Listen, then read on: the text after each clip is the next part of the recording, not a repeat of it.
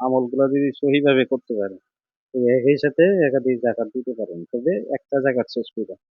যেমন আপনি সূরাতুল ইখলাসের জাকাত দিচ্ছেন, এটা তাওবা ৩ বার তাওবা, ১১ বার দুরূদ, পরবর্তীতে আল্লাহ তাআলার কাছে সাহায্য চাইলেন এবং বিসমিল্লাহ শহীদ সূরাতুল ইখলাস ১০০ বার পড়লেন। একবার কমও যাতে না হয়, একবার বেশিও যাতে না হয়, এবং শেষে পুনরায় ১১ বার দুরূদ পড়লেন।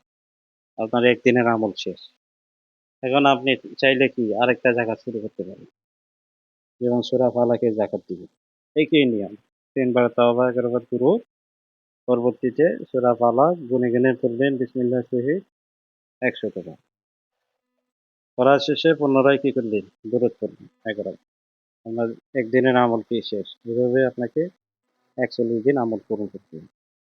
আর একই সাথে যদি আপনি পুনরায় চান যে আরেকটা জাকাত আদায় করবো, সূরা নাসর, একই নিয়ম, সূরা কাফিরুন একই নিয়ম, আয়াতুল কুরসির একই নিয়ম। কথা বুঝতে পারছেন? সেই ক্ষেত্রে আপনি চাইলে এভাবে জাকাতগুলো প্রত্যেকটা দিতে পারেন। জাকাতের ক্ষেত্রে সিরিয়াল আছে, সিরিয়াল আপনাকে মেনটেন করতে হবে। এক আমল করতে যায় এটার ভিতরে যদি আরেক আমল ঢুকাইয়া দেন, তাহলে তো এটা জাকাত হবে না। সেই ক্ষেত্রে আপনি ৩৩ আয়াতের জাকাত আদায় করেন। ৩৩ আয়াতের জাকাত আদায় করেন, তাহলে সূরা ফাতিহা, সূরা ইখলাস, ফালাক, নাস, সূরা কাফিরুন, আয়াতুল কুরসি সবকিছু আপনি পায় যাবেন।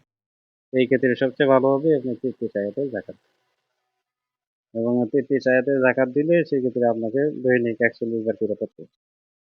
আর যদি আপনি ১০০ বার করতে পারেন তাইলে আলহামদুলিল্লাহ ভালো। আর যদি ৪১ বার করতে না পারেন, তাইলে যে আরো সর্বনিম্ন আমি নিয়ম বলে দিলাম, ২১ বার অথবা ১১ বার, অথবা কি ১৪ বার, হ্যাঁ, অথবা ৭ বার, এভাবে করে আপনি জাকাত দিতে পারেন। তবে জাকাতটা সবচেয়ে দেওয়ার নিয়ম হচ্ছে ১০০ বার করে, এটা সহি, এটা ভালো। চাইলে আপনি আরো কমও দিতে পারেন, বেশিও দিতে পারেন। জাকাত দেওয়ার নিয়ম হচ্ছে ১০০ বার দিতে।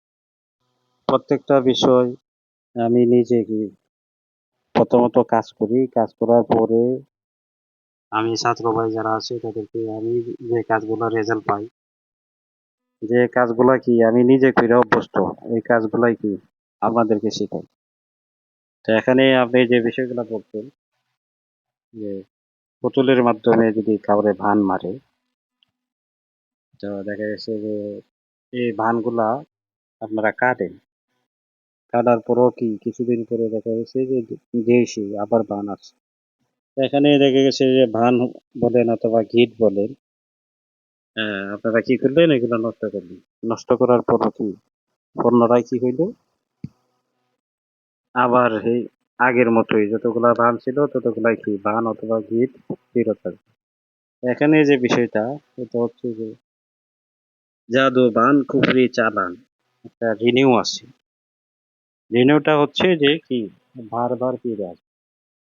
তা অমাবস্যা হোক, পূর্ণিমা হোক, অথবা কি অনেক জাদুকররা দেখা গেছে যে অনেক রাত আছে যে রাতে কি তাদের শক্তি, তারা কি করে যত প্রকার খারাপ কাজ করছে এই খারাপ কাজগুলা কি দেখা গেছে যে নষ্ট হয়ে গেছে। এই খারাপ কাজগুলো পুনরায় তারা ফেরত দিতে পারে। এমন কিছু আমল আছে তাদের, তন্ত্রমন্ত্র আছে, যে তন্ত্রমন্ত্রের মাধ্যমে এই ক্ষতিগুলো পুনরায় তারা কি করতে পারবে? ফিরাই দিতে পারবে এই আমলের মাধ্যমে। তো এই জন্য করণীয় হচ্ছে অমাবস্যা অথবা পূর্ণিমা, অথবা দেখা গেছে যে জাদুঘররা আহ এরকম কিছু রাত থাকে যে রাতে কি ঘুমায় না।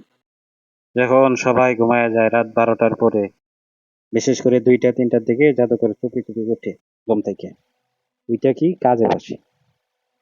কারণ জাদুকরদের কাজই হচ্ছে শেষ রাইতের দিকে ২টা ৩টা থেকে কি জাদুকররা জাদু করতে সুবিধা হয় বেশি, এবং তখন কাজ করলে কি এটা কার্যকরী হয়। এখানে আপনি যে বিষয়টা বললেন, এটা ফেরত আসার কারণ হচ্ছে একটাই, জাদুটা রিনিউ হয়। তাদের কিছু আমল আছে যে আমলের মাধ্যমে তারা কি করতে পারে? জাদুটা রিনিউ করতে পারে। যেমন আপনি ক্ষতিটা কাটায় নিলেন, কিন্তু কি এটা প্রকৃতপক্ষে কাটবে না।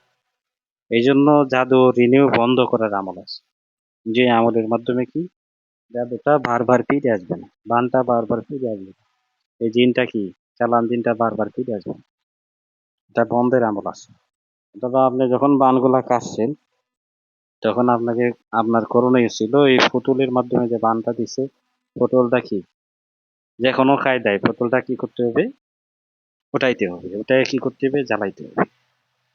অথবা পানি পড়ার মাধ্যমে এক বালতি পানি পড়া নিতে হবে, নিয়ে এখানে চুবাই দিতে হবে, 10 মিনিট 15-20 মিনিট চুবাই রাখতে হবে। অথবা জাদুকৃত বস্তু যেগুলো আছে এগুলা কি করতে হবে, চুবাই রাখতে হবে।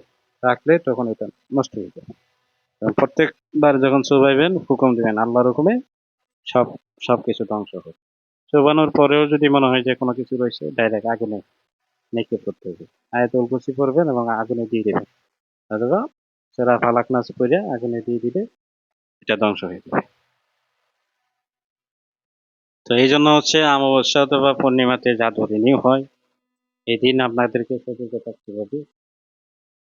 এদিন আপনাদেরকে সতর্ক থাকতে হবে যাতে জাদু রিনিউ হইতে না পারে, জাদুটা যাতে পুনরায় ফেরত আসতে না পারে, অথবা দানটা ফেরত না আসতে, চালানটা ফেরত না আসতে পারে।